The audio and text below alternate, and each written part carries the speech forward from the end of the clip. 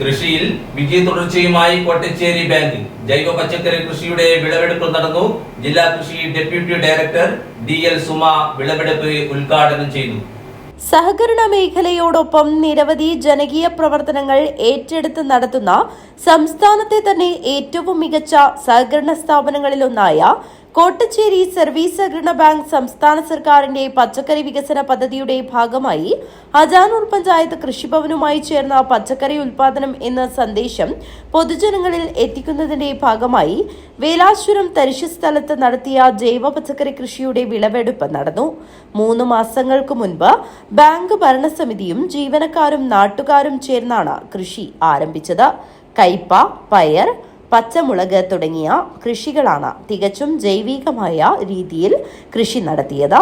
മികച്ച വിളവ് ലഭിച്ച കൃഷിയുടെ വിളവെടുപ്പ് നടന്നു. ജില്ലാ കൃഷി ഡെപ്യൂട്ടി ഡയറക്ടർ DL സുമ വിളവെടുപ്പ് ഉദ്ഘാടനം നിർവഹിച്ചു.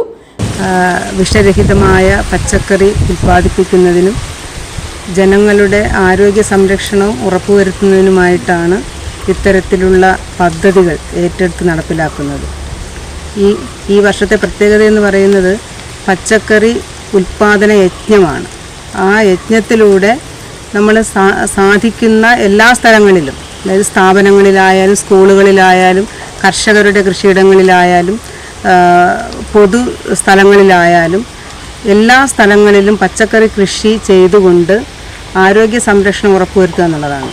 Bank assistant secretary KV Viswanathan അധ്യക്ഷത വഹിച്ചു.